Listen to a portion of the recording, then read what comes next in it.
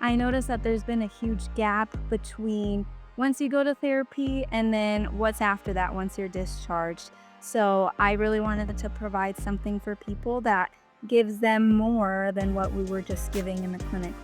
Hello, everyone. I welcome you to the We're Not Stumped podcast. And today on We're Not Stumped, I'm joined by someone who's helping amputees take their next steps.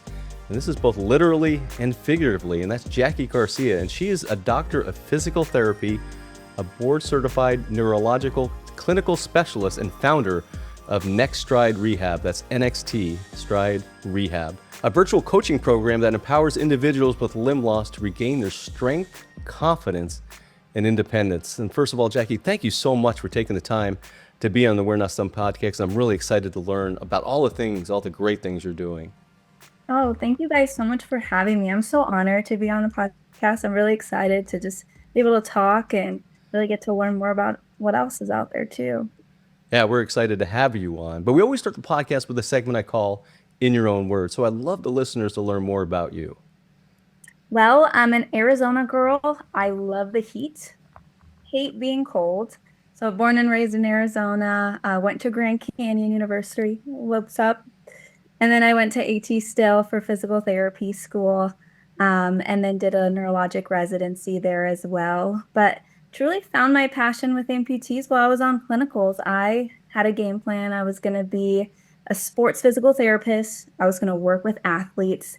I loved manual therapy, all the hands-on, trying to fix people with my hands. And after my first clinical, I completely changed. It was at an outpatient clinic in Phoenix, named Touchstone Rehab, and they treat amputees and people with spinal cord injuries, stroke, MS, anything that's gait related is what we saw.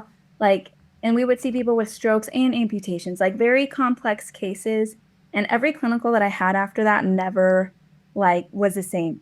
I would go to another clinic and there would be like, oh, my shoulder hurts, I can't go to work, or this hurts. And it was hard for me to empathize after seeing the population that I'd worked with, that they lost their limb and they were trying to get back to work.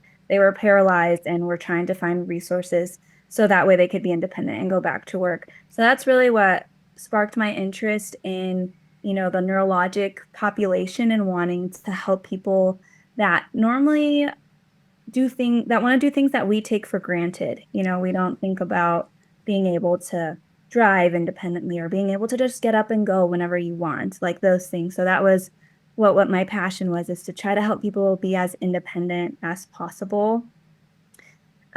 So yeah, I've been doing that for the last 5 years. And then recently, that's when I launched Nxt Stride Rehab, where I noticed that there's been a huge gap between once you go to therapy and then what's after that once you're discharged. So I really wanted to provide something for people that gives them more than what we were just giving in the clinic. Like, I still work in the clinic and I see that I can only see someone for 1 hour, and then I don't really touch base or know anything about them until they come back and see me again, versus now with my virtual program, I'm able to touch base, see what people are struggling with, check in with them, see how everything's going. So it's been a lot more personable, and I've been able to just help people from different areas that maybe they don't have access to care. Like some of my clients, their PT clinic's an hour and a half away, and they have a right foot that was amputated. So they're not driving yet, or just because of fatigue levels, going to PT is very challenging, or they've already graduated and now they just want to get back to the gym and squat 160 pounds, so getting there. So that's kind of just what I've been doing and kind of how I got into it. Well, I want everyone to know how to get a hold of you. You can get a hold of Jackie at Nxt Stride Rehab.com. So go visit her. It's going to be in the description too, but I always like to say it just in case people don't like looking at the descriptions, which sometimes I don't even look at those descriptions. So Nxt Stride Rehab.com. And again, thank you for being on, Jackie. Was there one in particular case that made you go, gosh, this is where I want to go? Or was it just a collection of all of them going, boy, my passion is really going down the path of, if I'm not mistaken, you really target a little bit more of the lower limb. You still do upper, but a little bit more of the lower right now. I would say it's a collection of cases. Like, everyone that came in, they like in the clinic, they were just from all over. Like, they were driving 45 minutes to get to the clinic, and it was just very taxing. And then, I feel like we provide great care in the clinic, but it was like, how did you do your home exercise program? No. Okay, or they have a question, but then they won't ask it until they come in. So I just started to see all of these like puzzle pieces that I feel like there's more still that's missing. Or when people like they run out of insurance authorization and they can't afford private pay prices. So that was another thing that, if they couldn't afford it, then they would just try to figure it out on their own. And it's hard if you weren't exercising or you didn't have like a background in fitness. I've been fortunate that I was a personal trainer before, so fitness has been something that was my passion. But if you don't know, like, you don't know what you don't know, right? Yeah, absolutely. You don't know what you know. What are some of the success stories that you've seen now that you've started this and you're going down that path? I'm sure there's some things that just really make you proud. Yes. I would say like one of my first clients, she was in Wisconsin when she had reached out to me. She was a hip disarticulation. So she would call me her like PT in her pocket. So she would take videos of her on her ranch, and then we would problem solve ways for her to navigate her ranch with a hip disarticulation. And we would talk about when she was going on the snow or at the lake, she was trying to use like a regular like axillary crutch, and we swift to a loft strand crutch. So we found ways to do activities that worked for her. She had trouble like bending down to get stuff in her cabinet. So we found like if she sat down in her wheelchair, so then she was able to like reach into her cabinet. So just problem solving those things, even from far away. But the best thing was I got to meet her in person. She came to the clinic. So she lives half the year in Arizona. So I got to meet her, and then I got to go to one of her prosthetic appointments. So to me, that was like full circle. Like that's what I had envisioned. Like that's what when I started this, like I envisioned someone like her. And she was like she's actually the picture of on my website. She's the one that I have a picture of. So she's been amazing. Well, I've definitely seen that picture. And you said you've got a chance to meet her in person. We're actually both in Arizona, and we're both on opposite ends of the valley. If you know the Yes. valley, and it's what 110 out today, so it's kind of hard to get together. Mhm. But yeah, it's great that you're able to meet her in person. I think it's such an interesting concept that if the people that are listening to this that are probably going, "Gosh, that sounds great," but I want to know the nuts and bolts to how this whole thing works. Can you explain how this whole thing works? Because it's a fantastic idea. Yeah, basically, I chat with people and see if I'm able to help them. So we'll hop on a free discovery call, really find out what they're struggling with, what are some things that have been preventing them from reaching their goals, and then we see if this is something that I'm able to help them with. If I am, and then we're able to, work as a team. Then what I have them do is I have them do several exercises, movements for me to really look at their walking, strength, mobility, and then from there we design a custom exercise program for them that's tailored based on what we found our initial call. And then also we look at the holistic side of it. What does your sleep look like? What does your nutrition look like? What are things that are maybe contributing to you not having enough energy to go to the gym? Maybe it's because you were up until 2 a.m. So we're trying to develop good habits that will hopefully in turn into good healthy habits long term. What are some of the challenges for people? Is it that let's say they don't want to go, or haven't gone to the gym or don't want to go to the gym? Is it is it a lack of tools there? Because I'm thinking of myself, reflecting on my own Mhm. thing. I wouldn't want to go to a gym because it's just hard for me to. I can't do any dumbbells, as an example, with one hand. Right. Is that it, or is it more of a mental thing? Going, gosh, I'm missing a limb, and I don't want everybody staring at me. What do you see the most in that scenario?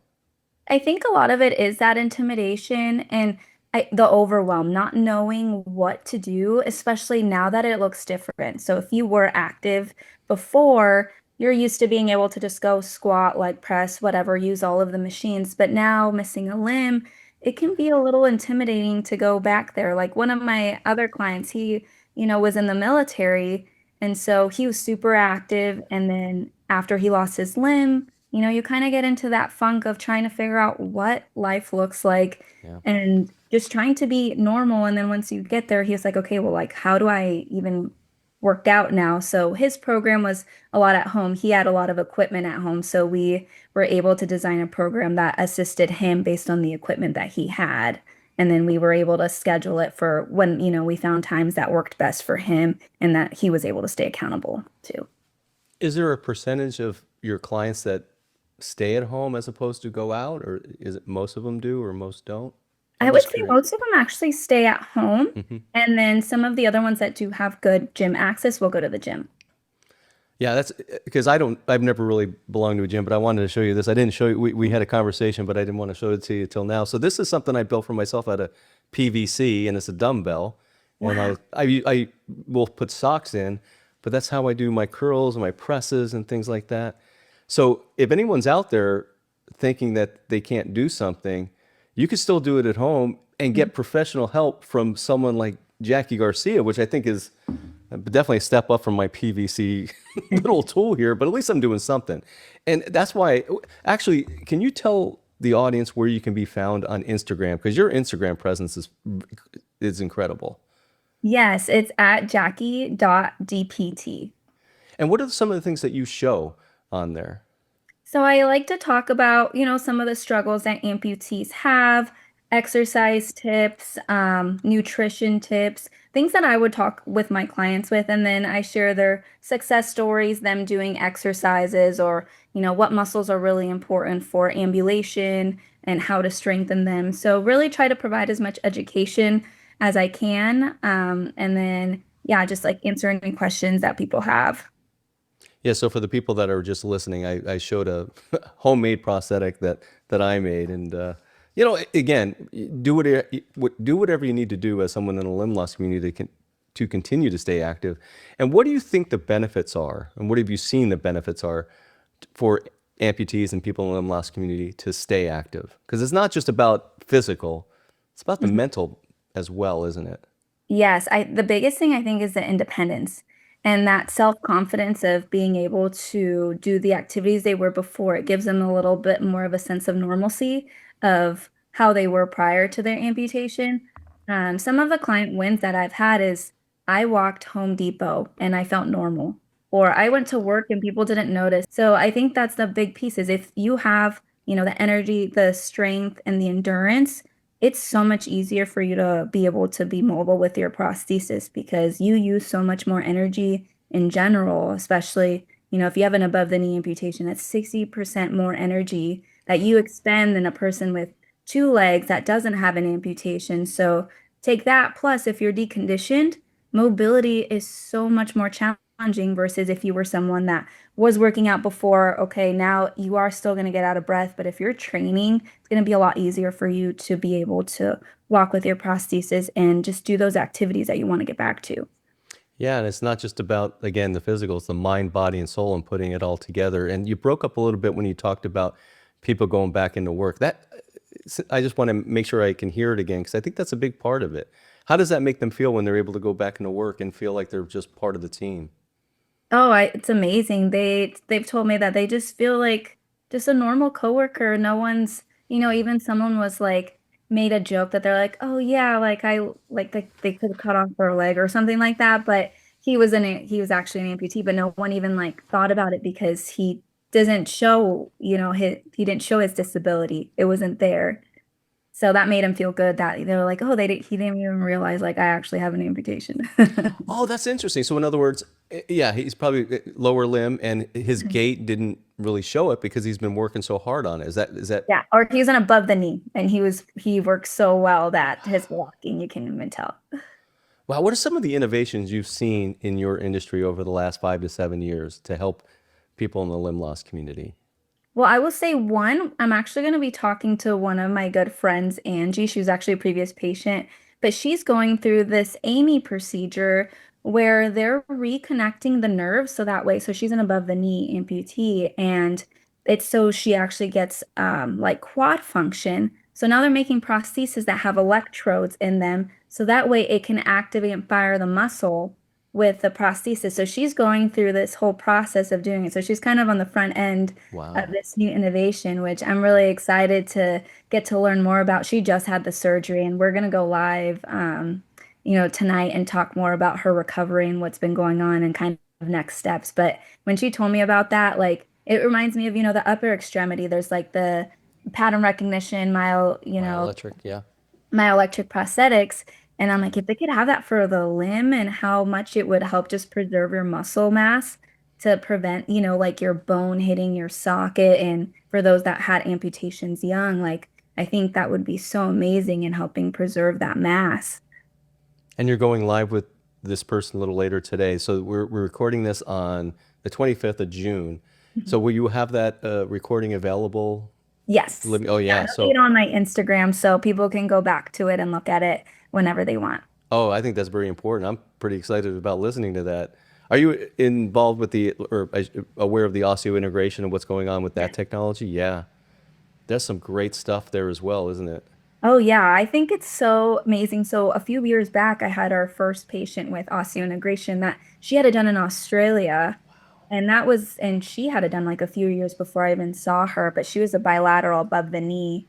And then now she just had a revision. But I've been just seeing how much more common it is now in the US has been exciting. And the, the mobility it's been giving people, especially if they have a short residual and like how much better it is for them to be able to tolerate, the prosthesis and be able to ambulate again.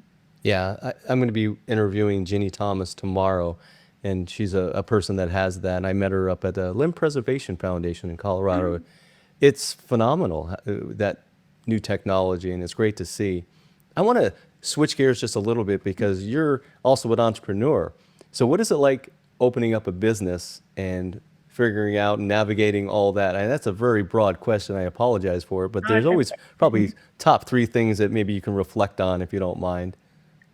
Hard, Yeah. definitely. So, in one of my coaching groups, they talk about the cycle of like entrepreneurship where it's uninformed optimism, where you go in, you're like, I'm going to start a business, I'm going to make all this money, I'm going to do this. And then you go into uninformed pessimism where you're like, oh my gosh, what did I get myself into?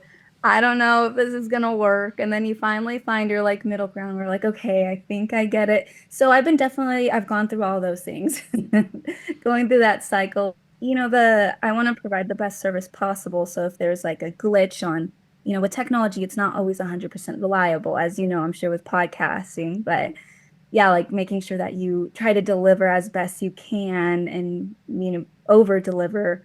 But when you can be restricted from the virtual aspect as well, still. So, but it's also hard because I still like to work in the clinic. So finding time with that. And then, I'm currently expecting, so I'm 5 months pregnant. So I just threw another Congratulations. curveball to myself there too. So it's been a lot, but it's been fun for sure. Well, I want to remind everyone we're on with Jackie Garcia. She can be found at NXT Next Stride Rehab. NXT. Just want to make sure everyone gets to that in case, again, they don't listen to the, no, they don't read the description. With everything you have going for you, Jackie, with your business and everything you're doing, what other things you're doing to help people learn more?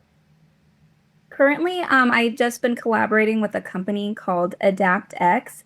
Their mission is to help educate personal trainers, fitness professional, physical therapy students, occupational therapy students on how to train people with disabilities based on different populations. So I was honored to be able to help with the curriculum for their prosthetics course. So they are still working on the editing. So that should be coming out soon. I'm actually reviewing their final edits, but we created a curriculum that kind of helps people just be some things to be cognizant about when they're working with people with amputations in the gym, what their equipment is, like what is a socket, what is a liner, how does that influence their training, what are some common things to look out for when you are working with this population. It's very exciting. Can't wait to see that. And Yeah, what was it through again? What, Axe, you said?